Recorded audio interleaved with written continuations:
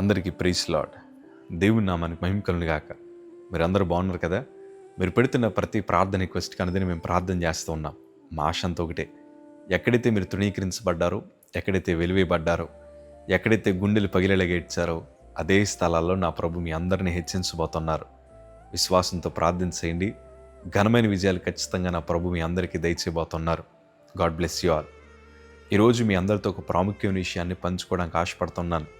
కీర్తనల భాగము 146 కీర్తన 3వ మాట మనం చదవగలిగితే, రాజుల చేతనైనను నరుల చేతనైనను రక్షణ కలుగదు, వారిని నమ్ముకొనొకడి.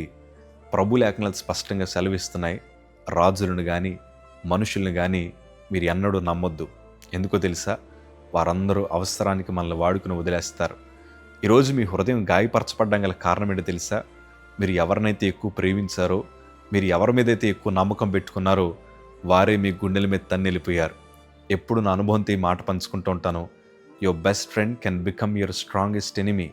ఎవరినైతే నువ్వు ప్రాణ స్నేహితుడిగా ప్రాణానికి మించి ప్రేమిస్తావో వారే మీ పీకల మీద కూర్చుంటారు. వారే మీ జీవితాన్ని సర్వనాశనం చేస్తారు. అధికారులు అంటారా, పదవి వచ్చేదాకా ఒక మాట, పదవి వచ్చిన తర్వాత మరొక మాట. వారి మాటలు మారిపోతాయి, వారి ప్రవక్తను మారిపోద్ది. పదవి రానంతసేపు మనతో చాలా చక్కగా మాట్లాడతారు. పదవి వచ్చిన తర్వాత నువ్వెవరో, నీ అడ్రస్ ఏంటో కూడా వారికి తెలియదు. అలాంటి అధికారులు వెనకాల ఈరోజు చాలామంది జెండాలు పట్టుకొని తిరుగుతూ ఉన్నారు. మనుషుల్ని బాగా ప్రేమిస్తున్నారు, మనుషులతో ఎక్కువ ఉండడానికి ప్రయత్నం చేస్తున్నారు.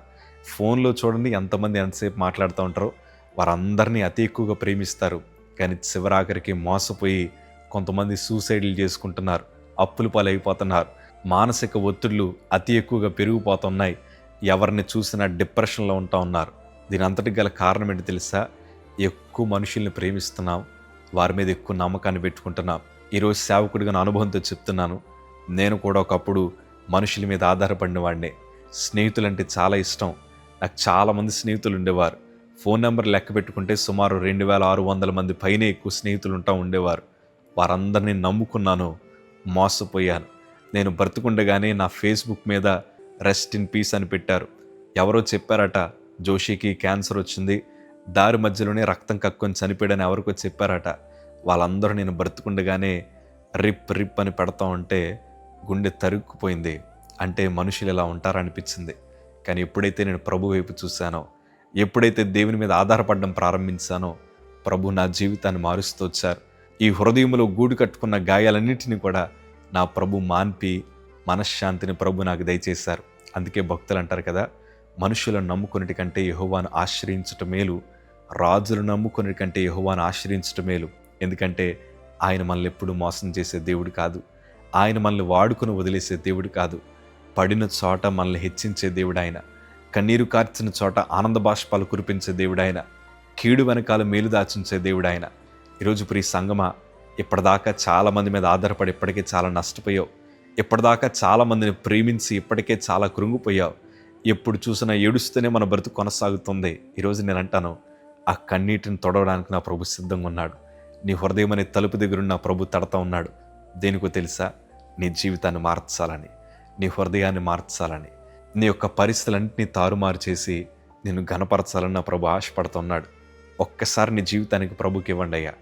దేవుడు ఉన్నతమైన పాత్రలుగా మిమ్మల్ని వాడుకుంటారు.